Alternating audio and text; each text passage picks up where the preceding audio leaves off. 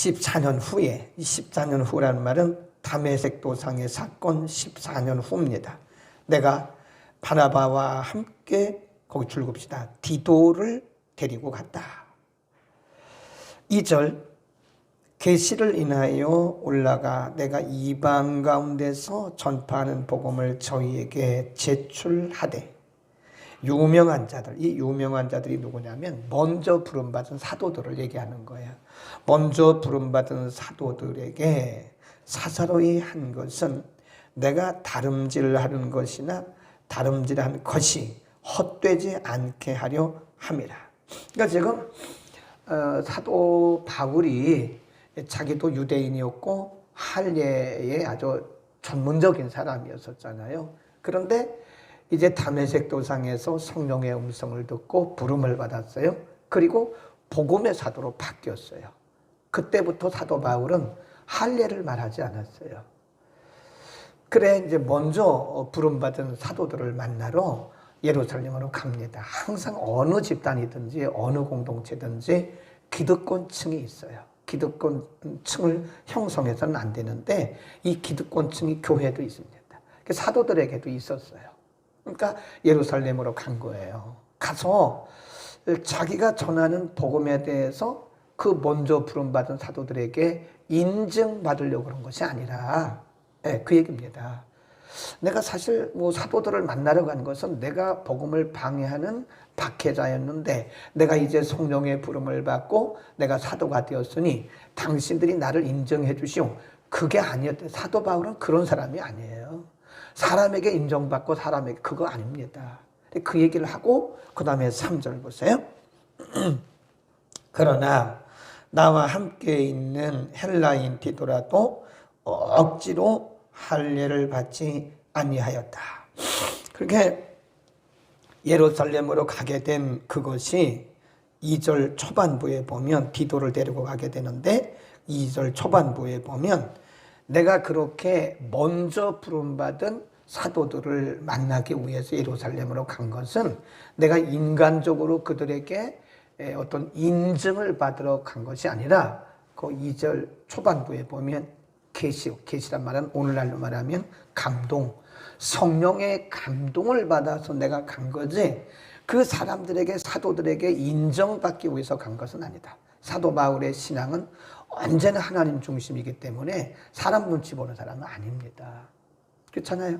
사도 바울이 그랬잖아요. 내가 하나님을 기쁘시게 하랴 사람을 좋게 하랴. 내가 지금까지 사람을 좋게 하는 것이었으면 사람의 눈치를 보는 자였으면 나는 그리스도의 종이 아니라 그렇게 고백하잖아요. 이런 면에 있어서 지금 사도 바울이 왜 예루살렘으로 갔는가? 그것은 사도들에게 인정받기 위한 것이 아니라 복음을 전하는 자로서의 화합, 복음을 전하는 자로서의 화합을 이루기 위한 것이었다 그런 거예요. 그 뒤에 보면 교제의 악수를 했다 그러잖아요. 거기에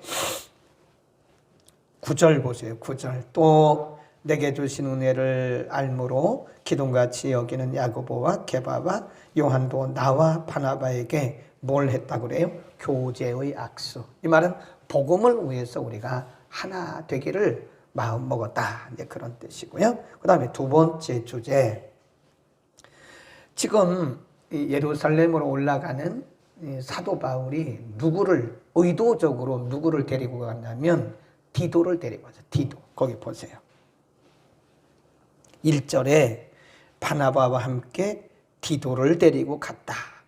근데 그 디도는요, 3절 헬라 사람이에요. 헬라 사람은 이방인입니다. 이방인. 헬라인 디도를 데리고 가면서 이 디도에게 억지로 할례를 받지 않게 했어요. 왜냐하면 그 당시 유대교 지도자들이 할례를 굉장히 주장했거든요. 심지어는 갈라디아 교회 안에 있는 성도들에게까지도 유대교의 영향을 받은 사람들이 예수를 믿어도 할례를 받지 아니하면 구원을 못 받는다. 이런 이제 가르침을 주는 거예요. 그래서 의도적으로 할례 받지 않은 무할례자 디도를 데리고 간 거예요. 의도적으로. 그리고 말하기를 사람이 구원받는 것은 할례가 아니다. 의도적으로 원래 이방인 출신이었는데 디도에게 할례를 받게 하지 않고 그 상태로 그냥 둔 거예요. 그 이유는 4절 보세요. 이유는 그 말이에요. because 시작. 이는 가만히 들어온 거짓 형제, 거기다 줄봅시다. 가만히 들어온 거짓 형제 까닭이라. 저희가 가만히 들어온 것은 그리스도 예수 안에서 우리의 가진 자유, 거기 줄봅시다. 복음의 자유입니다. 복음이 들어가면 자유가 임해요. 그리스도 안에서 우리의 가진 자유를 엿보고 우리를 종으로 삼고자 합니다. 종, 율법의 종, 교리의 종, 그런 거예요. 굉장히 중요한 말씀을 하고 있는 거예요, 지금 바울이. 내가 왜 의도적으로 무할례자인 이방인 디도를 데리고 가고 내가 그들과 함께 동행한 이유가 뭐냐? 바로 교회 안에, 갈라디아 교회 안에 가만히 들어왔다 그 말. 이게 이단의 특징이에요. 사탄의 연막 전술의 특징이 처음부터 사탄이라고 쓰고 오는 게 아니에요. 처음부터 이단이라고 오는 게 아니에요. 가만히 들어와요. 가만히. 은밀하게 은밀하게 잠입하는 거예요. 그래서 한 사람 한 사람 야곱 이렇게 점령을 해나가. 이게 가만히 들어온, 이게 바로 사단의 전술이다. 가만히 들어온 형제, 가만히 들어온 거짓 형제. 그 말은 갈라디아 교회에도 그런 사람이 있었다는 거예요. 가만히 들어온 거짓 형제, 거짓 복음을 가진 자, 유사 복음을 가진 자, 다른 복음을 가진 자, 가만히 들어오는 거예요. 많아요. 네. 가만히 들어와 가지고요, 성도를 하나하나를 이렇게 잠입하는 거예요. 하나씩 이렇게 공격해 나가는 거예요. 근데 그게 공격이 눈에 보이는 게 아니에요. 이게 은밀하게 들어오는 게, 은밀하게. 정말 조심해야 돼요.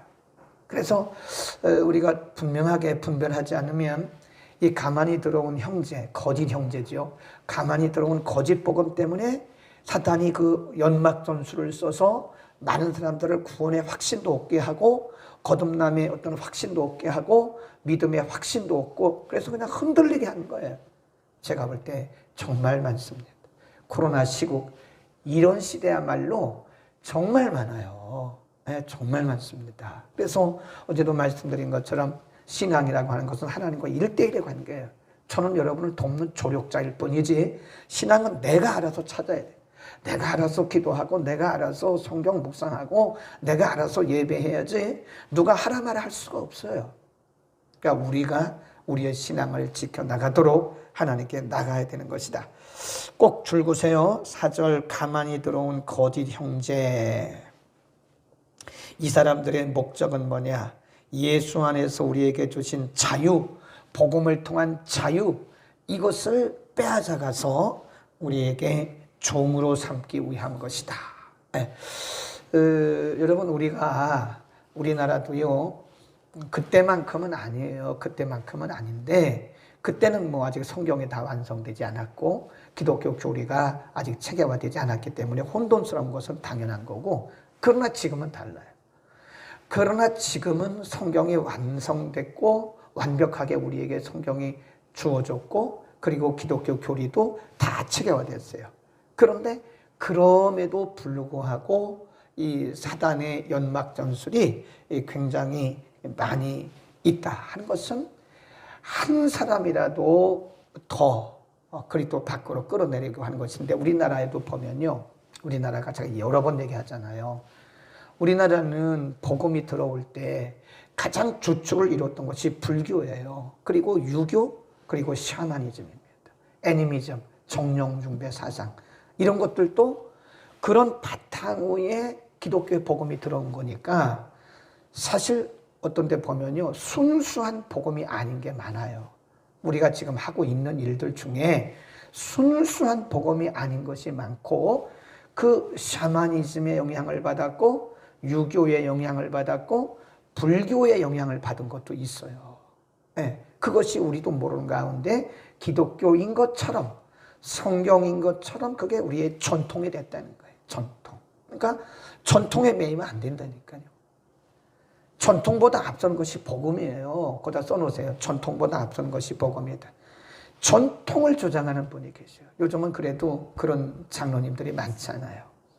연세 드신 장로님들은요, 아주 전통에 매여가지고 복음은 잘 모르시더라고요.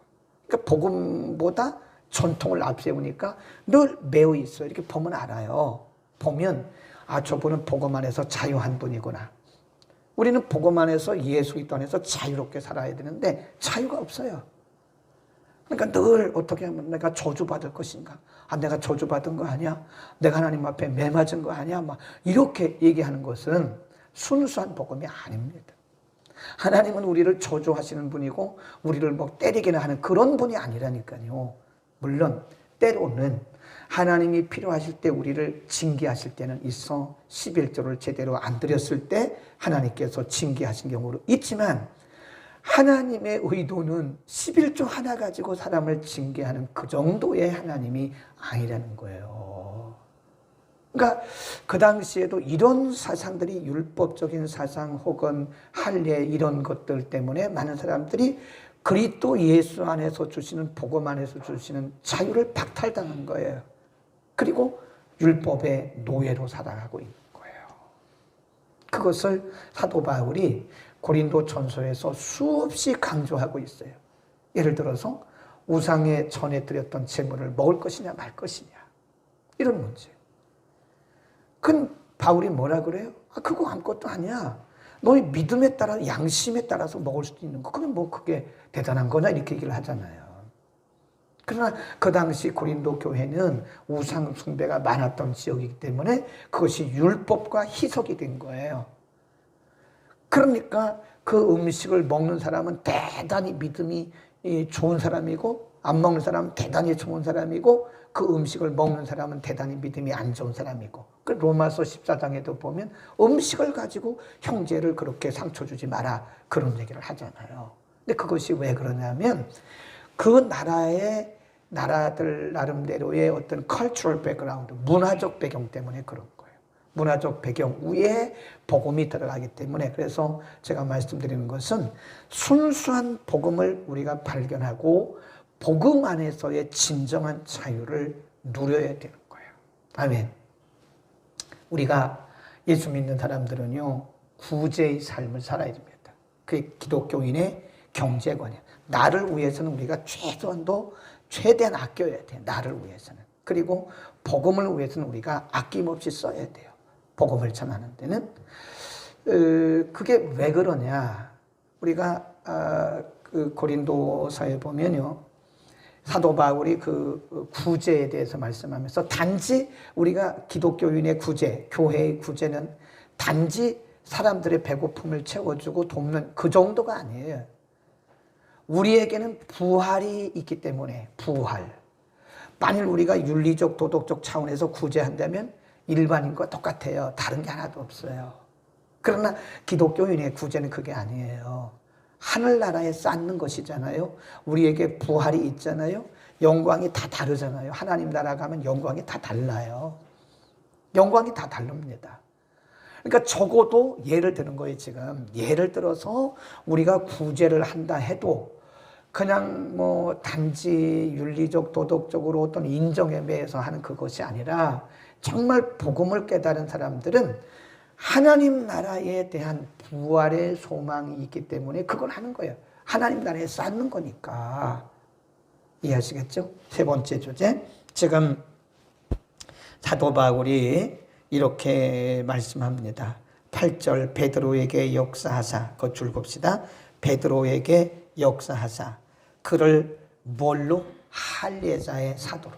그러니까 사도 베드로가 할례자의 사도가 된 것은 그가 할례자의 그 배경에서 살았기 때문에 그런 문화적 배경에서 살았기 때문에 하나님 그렇게 그를 부르신 거예요.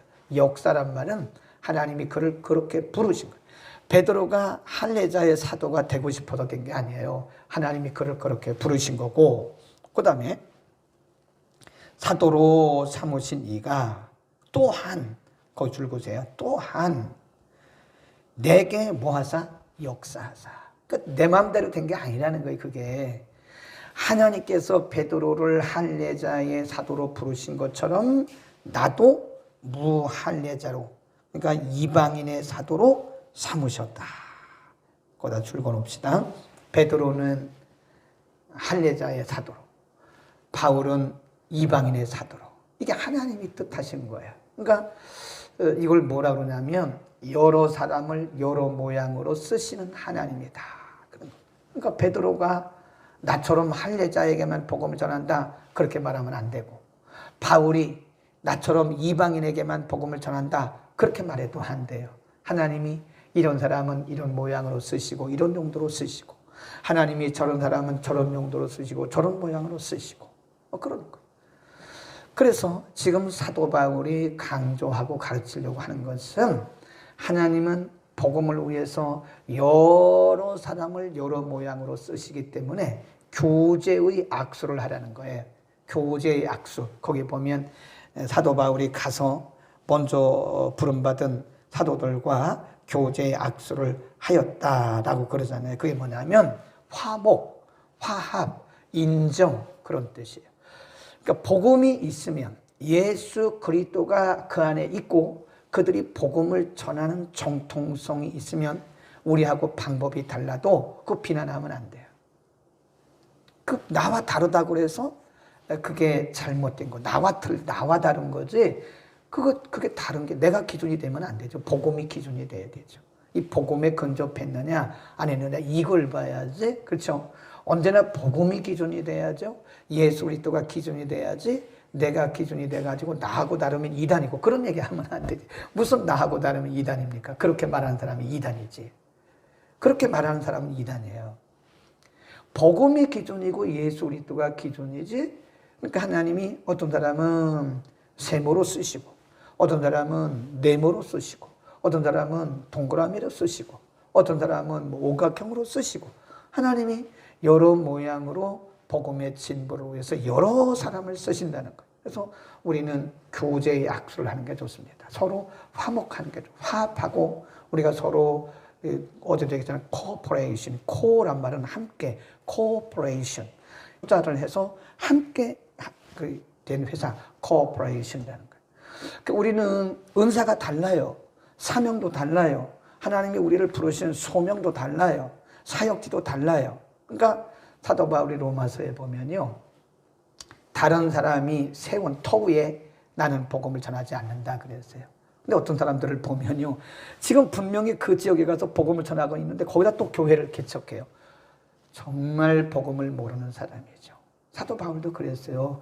대사도였던 사도 바울도 다른 사람이 복음의 터를 세우면 나는 그 터 위에 복음을 전하지 않는다 그랬어요. 그래서 뒤에서 박수 쳐주고 함께 팀 미니스트리 하면 되죠. 내가 꼭 앞장서야 되는 겁니까? 그건 아니잖아요.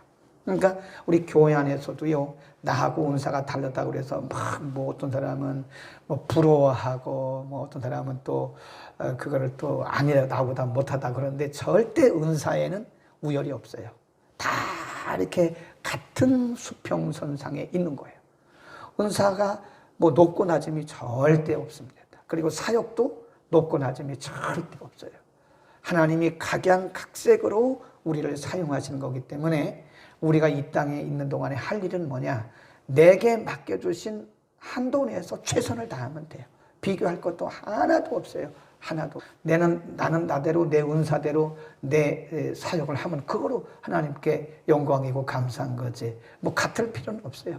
아멘. 그러니까 우리는 다 베드로일 필요가 없고, 다 디도일 필요가 없고, 다 바울일 필요가 없어요. 바울은 바울대로, 디도는 디도대로, 그리고 베드로는 베드로대로, 야고보는 야고보대로. 그러니까 각각의 모양으로 하나님의 부르심대로 자기의 사명을 다하면 된다. 아멘. 기도하겠습니다. 그러고 하신 우리 아버지, 사단이 할 수만 있으면 한 사람이라도 더 지옥 자식 되게 하기 위해서 오늘도 여러 가지의 사상을 통해서 연막 전술을 펴는 참 어지러운 시대에, 거기에다 더하여 설상가상으로 코로나19 바이러스가 창궐을 하므로 정말 많은 성도들이 혼돈하고 우왕좌왕하고 있습니다. 하나님, 이런 시대에 우리에게 믿음의 눈을 여셔서 영적 분별력을 주시고 바른 복음, 바른 말씀, 바른 믿음 위에 서도록 하나님 은혜를 더하여 주옵소서. 걸어가신 아버지, 오늘 사도 바울은 이방인의 사도로, 또 베드로는 유대인의 사도로, 할례자의 사도로 부름받은 것처럼 예수님 오실 때까지 여러 사람을 여러 모양으로 사용하시는데 우리가 다른 사람들을 비난할 것도 없고 우리가 부러워할 것도 없고 경쟁할 것도 없고 우리는 기쁨과 감사한 마음으로 우리 각자를 부르신 자리에서 최선을 다하고 섬기는 아름다운 믿음 허락하여 주옵소서. 우리 모든 사랑하는 성도들에게 시대를 분별하여 가만히 들어온 거짓 형제들에게, 거짓 그리스도들에게, 거짓 선지자, 거짓 교사들에게 미혹되지 않도록 영적 분별력을 우리 모두에게 허락하여 주옵소서. 걸어가신 아버지, 우리 영혼의 샘터 김덕겸 TV가 오늘 600회째를 맞습니다. 하나님, 주의 종에게 복음을 향한 열정을 주시고 하루도 빠짐없이 복음을 전할 수 있는 기회 주심을 감사합니다. 여기까지 인도하신 아버지, 600회, 700회, 800회 우리 주님 오시는 그날까지, 주의 종의 생명이 다하는 그날까지 이 일을 잘 감당해서 한 사람이라도 더 주께로 돌이키게 하는 귀한 사역을 감당하게 하옵소서. 하나님 아버지, 이 일을 위해서 뒤에서 기도로 물질로 후원하는 많은 주의 백성들이 있습니다. 한 사람 한 사람 다 기억하시고 유튜브를 통해서, SNS를 통해서 이 복음이 전달될 때 보다 더 많은 사람들이 바로 세워지게 하시고 보다 더 많은 사람들이 그리스도 예수께 돌아오는 역사가 복음의 능력이 있게 하소서. 무리바다를 덮음 같은 놀라운 복음의 역사가 이 땅에 이루어지게 하여 주옵소서. 예수 그리스도의 이름으로 기도드립니다. 아멘.